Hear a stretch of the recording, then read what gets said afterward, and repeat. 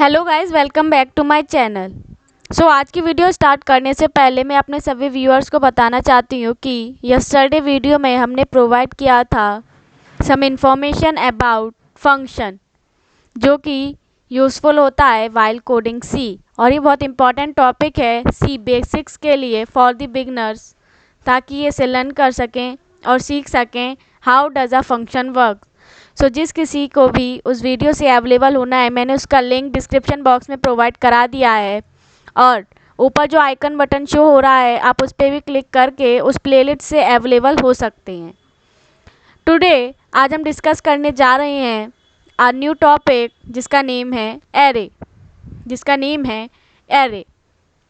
जैसा कि आप सभी जानते ही हैं कि हमने अपनी प्रीवियस वीडियोस में अपना सिंगल लिटरल फिक्स वैल्यू अपने वेरिएबल को प्रोवाइड करी थी। मतलब हमने सिंगल आइटम अपने वेरिएबल को प्रोवाइड कराया था।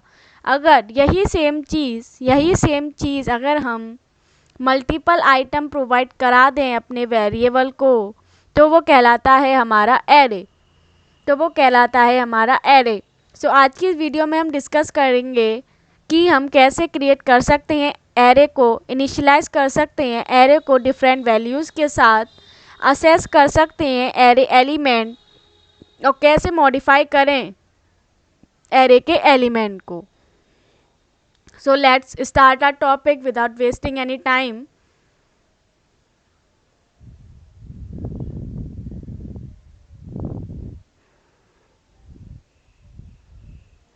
Have a look here. Hash include stdio.h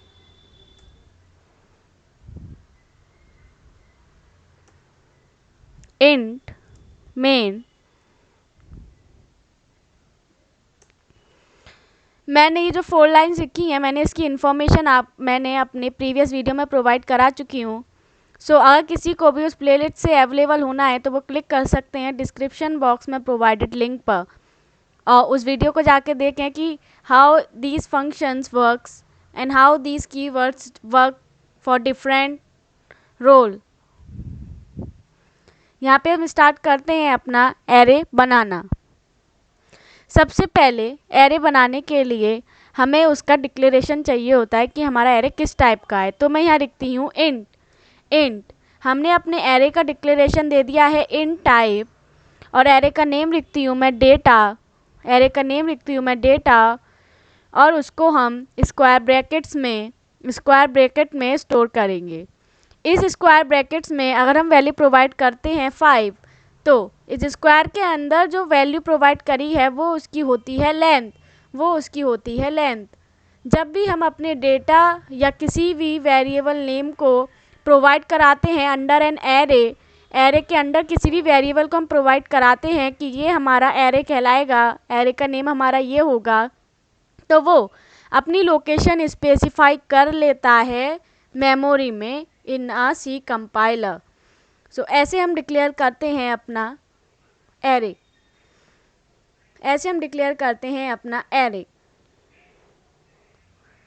next thing आती है, अगर हमें इसमें अपनी वैल्यूज़ प्रोवाइड करानी है, इनिशियलाइज करानी है अपने वैल्यूज़ एलिमेंट जो ये एरे कंटेन करेगा। यहाँ पे हम लिखेंगे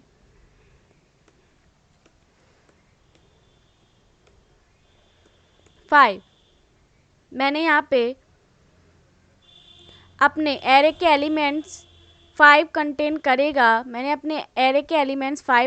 करेगा। एरे हमेशा याद रखिए, एरे हमेशा आती है कर्ली ब्रेसेस के अंदर जो भी एलिमेंट्स होंगे वो कहलाते हैं उसके एरे एलिमेंट्स, और इन एरे एलिमेंट्स का इनिशियलाइजेशन होता है फ्रॉम 0, और ये जो इनिशियलाइजेशन होता है वो उसका कहलाता है इंडिसेस।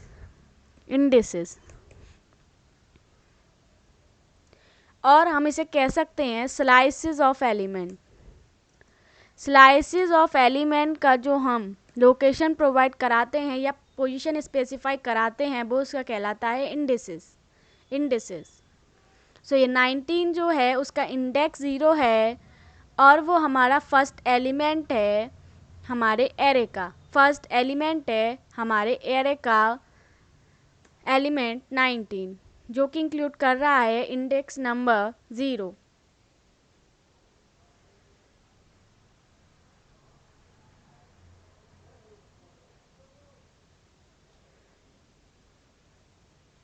अगर हमने अपना पहले डिक्लेरेशन दे दिया, इंटीजर का डिक्लेरेशन दे दिया अपने एरे का, और उसके बाद हम प्रोवाइड करा रहे हैं अपने एलिमेंट को, तो वो एरर जनरेट करा देता है। एरे का डिक्लेरेशन होना बहुत इम्पॉर्टेंट है, अदरवाइज ये एरर प्रोवाइड करा देता है। डिक्लेरेशन के टाइम, कभी भी डिक्लेरेशन के टाइम हम अपने एरे को दोबारा कॉल नहीं कर सकते हैं। डिक्लेरेशन के टाइम पे ही हमें बताना पड़ेगा कि हमारा किस टाइप का है और उसमें क्या क्या वैल्यू कंटेन होगी। अब हम देखते हैं हम अपने एरे को, एलिमेंट को कैसे असेस कर सकते हैं। हमेशा याद रखिए, जैसा मैंने बताया अभी, इंडेक्स 0 होगा हमारा एलिमेंट नंबर 1 का, एलिमेंट 1 का इंडेक्स 0 होगा, फिर 1, फिर 2, फिर 3 एंड 4। सपोज़ कीजिए अगर हमारे यहाँ पे डेटा की लेंथ n है, n number of elements contain कर रहा है, तो लास्ट एलिमेंट का इंडेक्स होगा, यहाँ पे लास्ट एलिमेंट का इंडेक्स होगा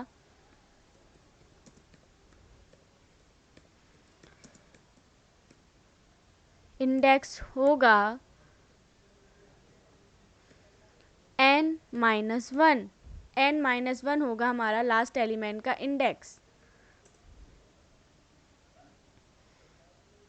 यहाँ पे हमने 5 प्रोवाइड कराया है लेंथ।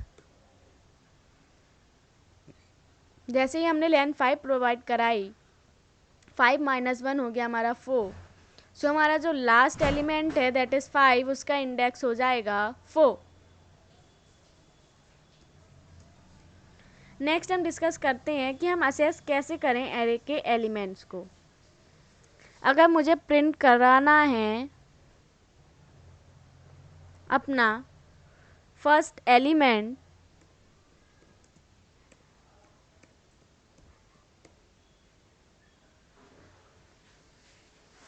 ऑफ एन एरे, तो हम उसमें लिखेंगे %d, comma data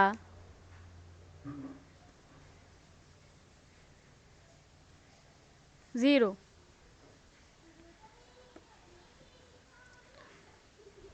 Let's see what will be the output. First element of an array is 19. अगर हमें कभी भी एलिमेंट प्रोवाइड कराना है तो हमें उसका रेस्पेक्टिव इंडेक्स प्रोवाइड कराना पड़ेगा कॉल करने के लिए अपने एरे को, या इनिशियलाइज करने के लिए कि हमें किस एलिमेंट को प्रोवाइड कराना है। अगर हमें फर्स्ट एलिमेंट प्रोवाइड कराना है तो हमें इंडेक्स प्रोवाइड कराना पड़ेगा 0 इन आर स्क्वायर ब्रैकेट। ये स्क्वायर ब्रैकेट का यूज़ इनिशियलाइजेशन करने के लिए होता है, एरे का इनिशियलाइजेशन करने के लिए हम स्क्वायर ब्रैकेट का यूज़ करते हैं। और एरे के जो एलिमेंट्स कंटेन होते हैं वो हमेशा कर्ली ब्रेसेस में कंटेन होते हैं। ये बात आप याद रखिएगा, क्योंकि अभी हम स्ट्रिंग्स की भी नेक्स्ट वीडियो बनाने जाएंगे और उसमें हम देखेंगे कि how is array different from string. ऐसे हम डिफरेंट एलिमेंट्स को सेम एरे के अंदर जो हमने कॉल किए हैं या जो हमने इंक्लूड किए हैं उन्हें हम एज एन आउटपुट प्रोवाइड करा सकते हैं। अगर मैं यहाँ पे लिखूँ 6th element %d, comma data 5, let's see what will be the output here. सी यहाँ पे इसने आउटपुट दिया है फर्स्ट एलिमेंट का आउटपुट दिया है 16 और सिक्स्थ एलिमेंट का आउटपुट दिया है इसने एक मेमोरी की लोकेशन। इस मेमोरी की लोकेशन इसलिए दी है क्योंकि हमने अपने डेटा को तो इनिशियलाइजेशन करा दिया है कि ये 5 लेंथ का होगा, लेकिन यहाँ पे जब हमने अपना फिफ्थ एलिमेंट को कॉल किया है, फिफ्थ एलिमेंट को नहीं कहेंगे, जब हमने अपना सिक्स्थ एलिमेंट को कॉल किया है तो उसका इनिशियलाइजेशन दिखा रहा है कि हाँ ये कहीं ना कहीं मेमोरी में लोकेट हो सकता है आपकी डेटा के अंदर, लेकिन जब इसकी प्रोवाइडेड वैल्यू नहीं है तो ये एज एन एरर मैसेज भी शो करेगा किसी किसी कंपाइलर में। नेक्स्ट हम देखते हैं अब हम कैसे मॉडिफाई कर सकते हैं अपने एरे के एलिमेंट्स को। अगर मैं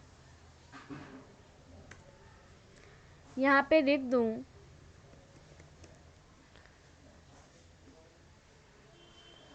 data 1 equals to 9, printf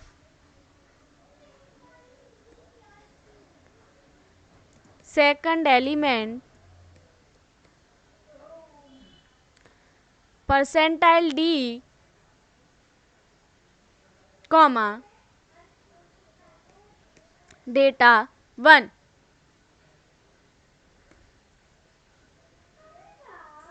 let's see what will be the output here। सी इसने डेटा सेकंड एलिमेंट जो हमारे एरे में इंक्लूड होगा वो अब होगा हमारा 9। ऐसा क्यों हुआ? क्योंकि जो हमारा डेटा 1 इंडेसेस पे इंक्लूड था, डेटा 1 इंडेसेस पे जो वैल्यू थी 2, हमने उसको मॉडिफाई किया और उसको चेंज कर दिया विद 9। सो अब जो हमारा वेरिएबल था ऑफ डेटा जो कि लिटरल कंटेन कर रहा था ऑफ 2, जिसका एलिमेंट था 2, अब वो कंटेन करेगा वैल्यू 9। सो इस तरीके से हम किसी भी वैल्यू को मॉडिफाई कर सकते हैं by providing it's fix value.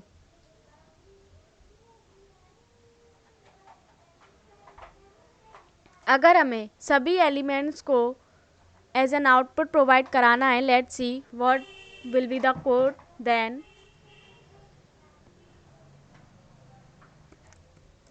For in I equals to 0,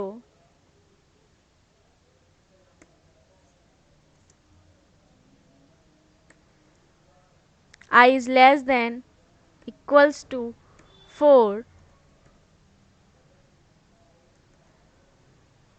plus plus I।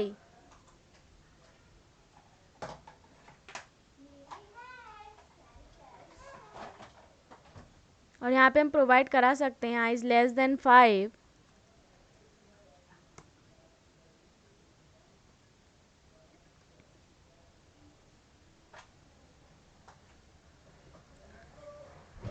printf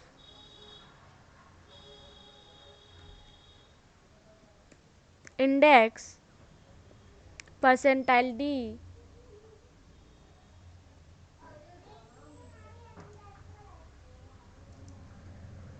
item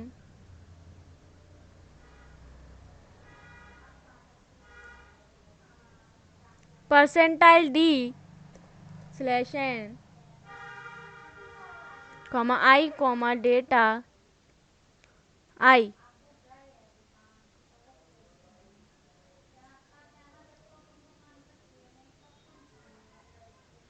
Let's see what will be the output।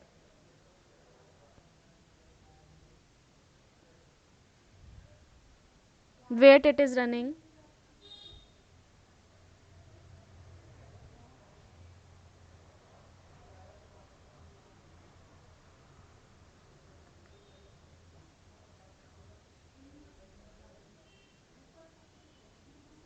C index 0 पे इसने वैल्यू दे दी 19, इंडेक्स 1 पे आइटम था हमारा 2, इंडेक्स 3 पे आइटम था हमारा, इंडेक्स 2 पे आइटम है हमारा 3, इंडेक्स 3 पे आइटम है 4, इंडेक्स 4 पे आइटम है 5। सो इसने प्रोवाइड करा दिए हमें रेस्पेक्टिव एलिमेंट्स फ्रॉम इंडेक्स, ये हमारा चला इंडेक्स 0 to 4 तक। ये मैं इसकी फंक्शनिंग यहाँ पे इसलिए नहीं बता रही हूँ क्योंकि मैंने अपने प्रीवियस वीडियो में सभी इन्फॉर्मेशन प्रोवाइड करा दी है। जिस किसी ने भी वो वीडियो अभी तक नहीं देखी है, प्लीज़ जाएँ उस वीडियो को देखें और सीखें कि how does this loop work. मैंने वहाँ पे बहुत सारे एग्जाम्पल भी प्रोवाइड करे हैं ताकि आपको अच्छे से समझ में आए। So have a look at that video. और मैंने लिंक डिस्क्रिप्शन बॉक्स में प्रोवाइड करा दिया उन सभी प्लेलिस्ट का। अब हम देखते हैं कि हम अपने एरे में एलिमेंट कैसे डालते हैं। एरे में एलिमेंट कैसे डालते हैं, लेट्स हैव अ लुक। हम पहले इनिशियलाइज कर लेते हैं इन data 5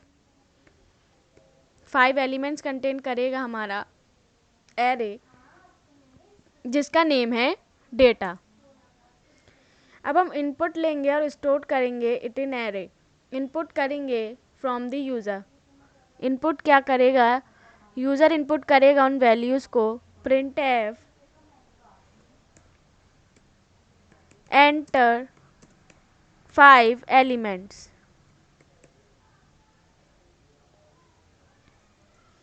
For int I equals to 0,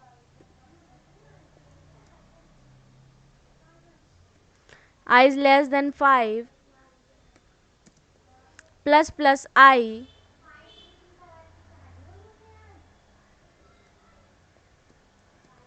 scanf, percentile D, comma, and data I.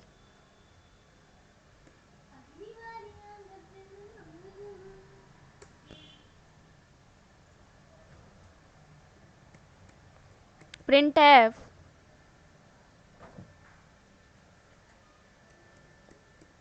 array elements are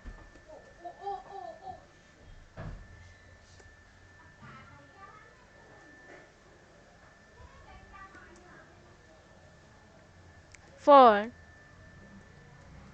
int I equals to 0, I is less than 5, plus plus I,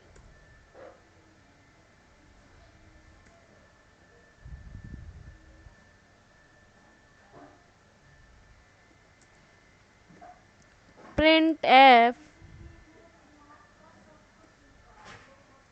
percentile D, comma data I.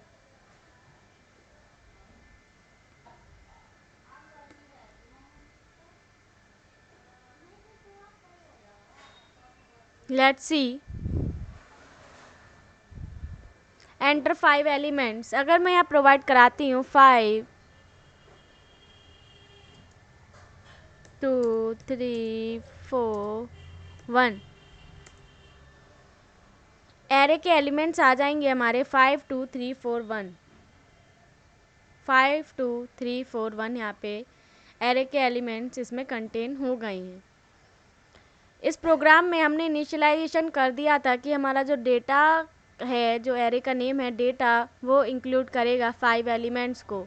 ये store कर सकता है 4 elements भी, 3 elements भी, लेकिन ये store नहीं कर सकता 6 एलिमेंट्स और ये प्रोवाइड करा देगा एरर। सो जो हमने जितने भी एलिमेंट्स इसमें प्रोवाइड कराने हैं उसकी वैल्यू हम यहाँ पे लिखते हैं इन स्क्वायर ब्रैकेट्स और उसको कॉल करते हैं अकॉर्डिंग टू द इंडेसेस। हमेशा याद रखिए अकॉर्डिंग टू इंडेस हम कॉल करेंगे अपने एरे को अनटिल एंड अनलेस उसके एलिमेंट से।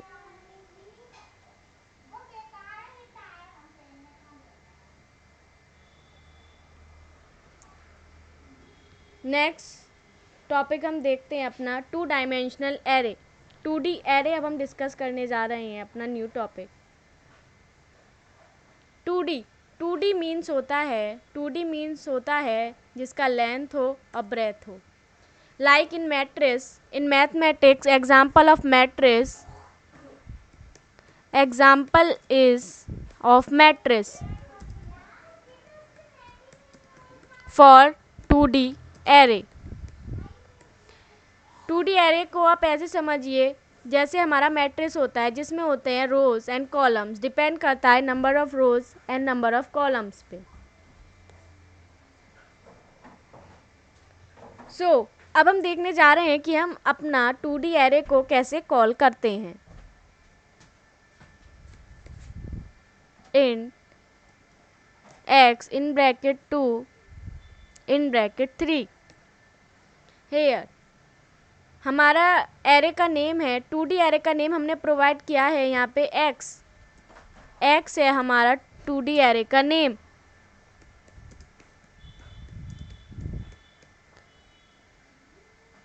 यहाँ पे जो पहला प्रोवाइड किया है हमने स्क्वायर ब्रैकेट्स में वैल्यू 2, तो ये इंक्लूड करेगा 2 to be of row, like row in an matrix. Same value ये स्टोर करता है एरे में भी, सेम वैल्यू स्टोर करेगा एरे में भी जैसा कि मैट्रिक्स में होता है। तो ये होता है हमारा रो इनटू कॉलम, जैसा कि हमारा मैट्रिक्स में होता है। रो इनटू कॉलम इंक्लूड करेगा हमारा 2D एरे में। इक्वल्स टू, अब हम इसमें स्टोर करते हैं कुछ वैल्यू। हमने प्रोवाइड कराया है 2 and 3, सो इसके अंदर अब हम 1 2 3 comma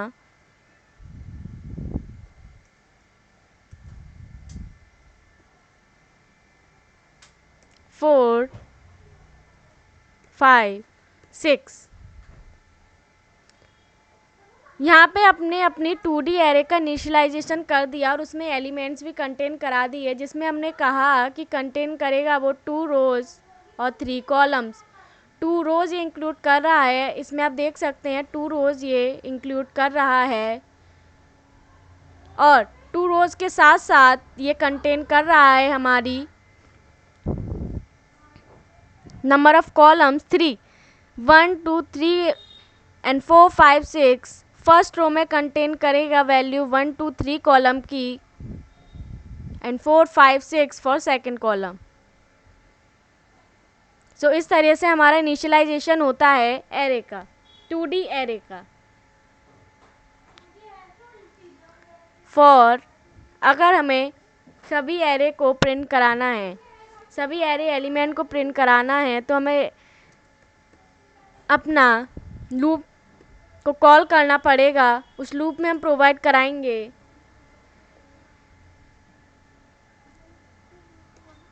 required conditions ++i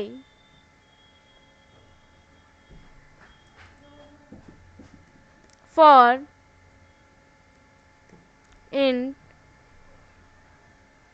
j equals to 0, I is less than 3 ++i।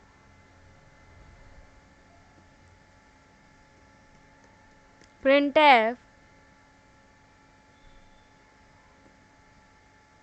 %d comma x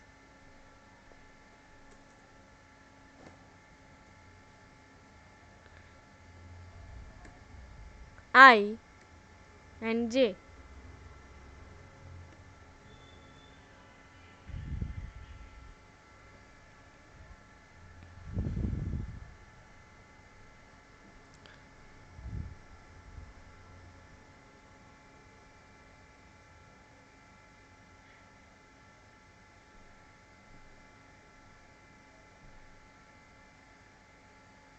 यहाँ पे इसने वैल्यू प्रोवाइड कराई है 140। ये ऐसा हुआ क्योंकि हमने फॉर लूप j में प्रोवाइड किया है i। अगर हम यहाँ पे लिख दे j, let's have a look,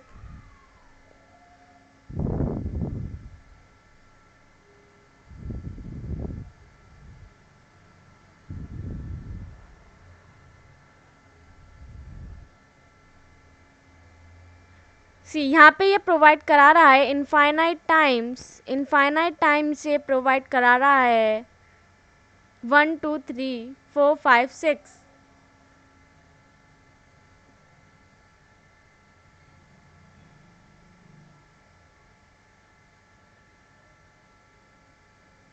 1 2 3 4 5 6 infinite times loop print करा रहा है।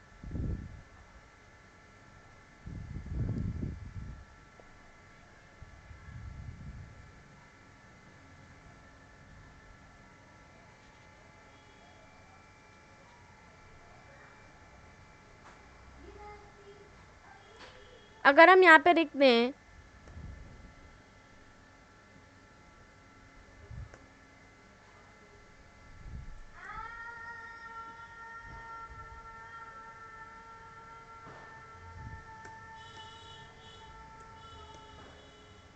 इक्वल्स टू 1,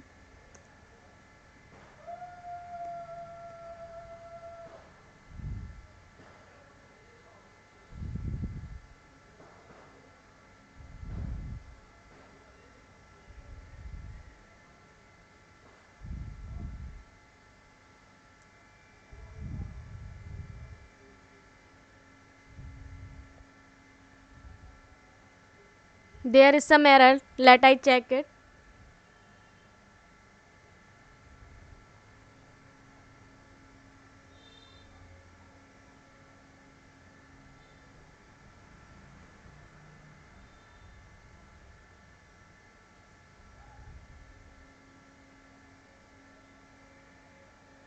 ये प्रोवाइड करा रहा है अभी भी हमारा इनफाइनाइट टाइम्स सभी वैल्यूज़ को प्रोवाइड करा रहा है जो कि हमने इंक्लूड करी है 1 2 3 and 4 5 6 in are array.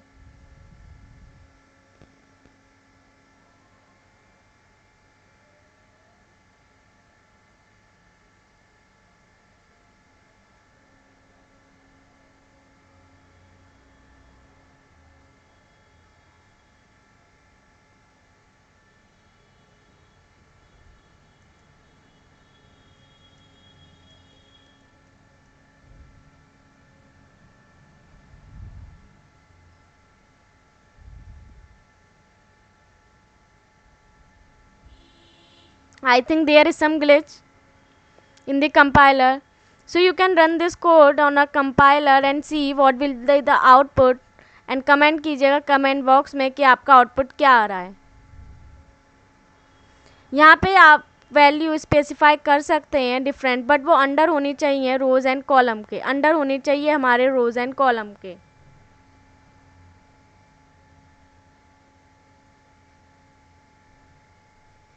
Next हम डिस्कस करने जा रहे हैं कि हम कैसे अपने एरे को अपने फंक्शन के अंदर प्रोवाइड करा सकते हैं एज अ वैल्यू और as an argument.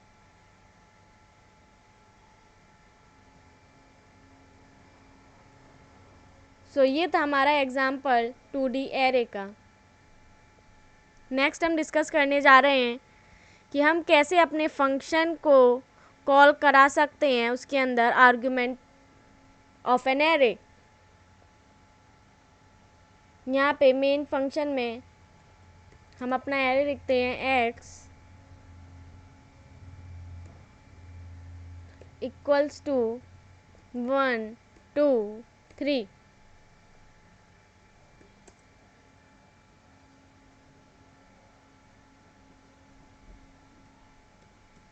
print we need to call it x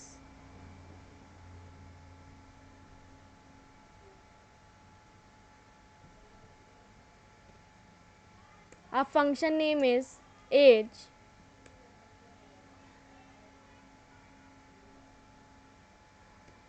x 1 comma x 3।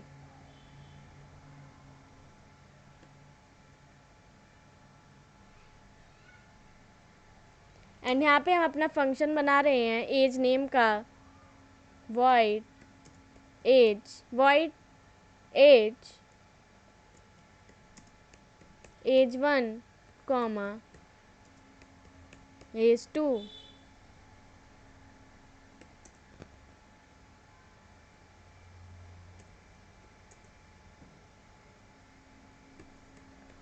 printf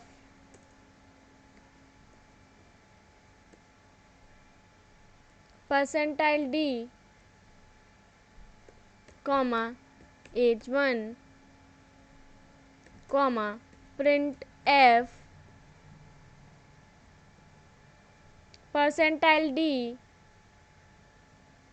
comma age 2 और age 3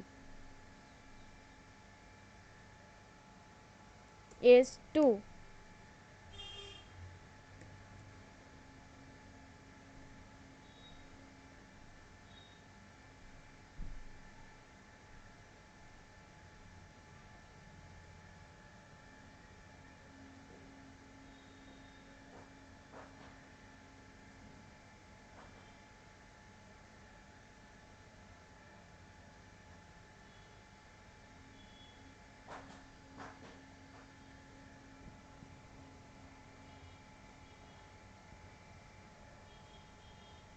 Here I think some problem. No, let's see here. ये provide करा रहा है हमारा 2 एंड यहाँ पे provide करा रहा है ये मेमोरी की लोकेशन। ये ऐसा क्यों हुआ? यहाँ पे हमने अपना एरे दिया है जिसका डिक्लेरेशन है इंटीजर टाइप। एरे दिया है जिसमें इंक्लूड कर रहा है ये 3 एलिमेंट्स कंटेन कर रहा है, जिसमें फर्स्ट एलिमेंट का इंडेक्स होगा 0, सेकेंड एलिमेंट का इंडेक्स होगा 1 एंड थर्ड का होगा 2। बट यहाँ पे जब हमने अपना फंक्शन कॉल किया है उसमें हमने अपना आर्गुमेंट पास कराया है जिसकी वैल्यू हमने इंडेक्स नंबर 3 के एलिमेंट को इंक्लूड कराने के लिए लिखी है। लेकिन जब हमारे एरे में एलिमेंट नंबर 3 है ही नहीं तो हम उसे कॉल करा भी नहीं सकते और वो हमें एरर मैसेज देगा या तो उसकी मेमोरी लोकेशन डिफरेंट देगा, आउट ऑफ एन एरे देगा। अगर हम यहाँ पे प्रोवाइड करा दें 2, let's see what will be the output here.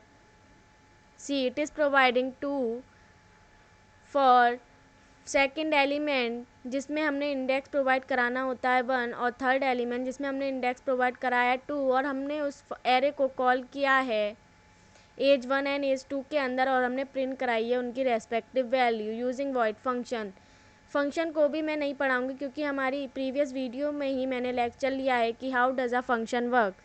सो ऐसे हम पास करा सकते हैं एरे के एलिमेंट्स को।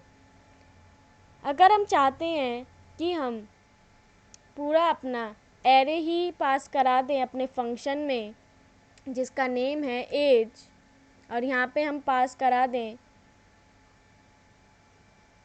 अपना एरे जिसका नाम है एक्स,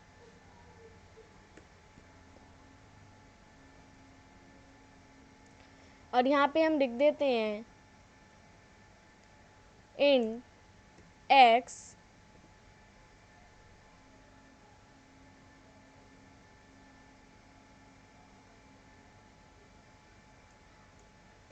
यहाँ पे हम देते हैं नेम एस और यहाँ पे हम अपना लिखते हैं S1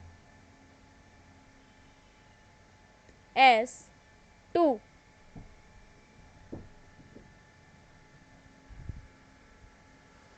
C again it is providing 2 and 3। ऐसा क्यों हुआ?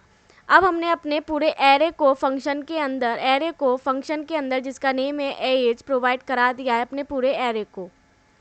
जैसे ही हमने अपने एरे को प्रोवाइड कराया तो हमने यहाँ पे अपना वेरिएबल डिफाइन कर दिया है अपने फंक्शन के अंदर कि जो एरे होगा वो हो जाएगा नेम एस टाइप का एरे इंक्लूड करेगा एक्स की वैल्यूज़। जैसे ही हमने प्रोवाइड कराया और हमने इसको कॉल किया इंडेक्स S1 पे और इंडेक्स X2 पे तो इसकी रेस्पेक्टिव वैल्यू जो हमने एरे के अंदर प्रोवाइड कराई थी वो प्रोवाइड हो जाएंगी एज एन आउटपुट। सो ऐसे वर्क करते हैं हम अपने फंक्शन में कॉल करके एज या किसी भी एरे को कॉल करा के या उसके एलिमेंट्स को कॉल करा के।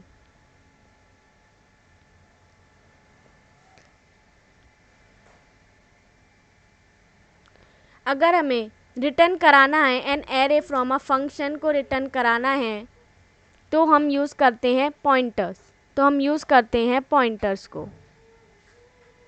In our next video we are going to discuss that too. So keep watching the videos that I have provided। आप वीडियोस देखते रहिए ताकि आपको नॉलेज प्रोवाइड होती रहे और हम कल हमारी वीडियो में हम पढ़ेंगे pointers. So please keep watching and like share subscribe and comment to our YouTube channel. Thank you so much.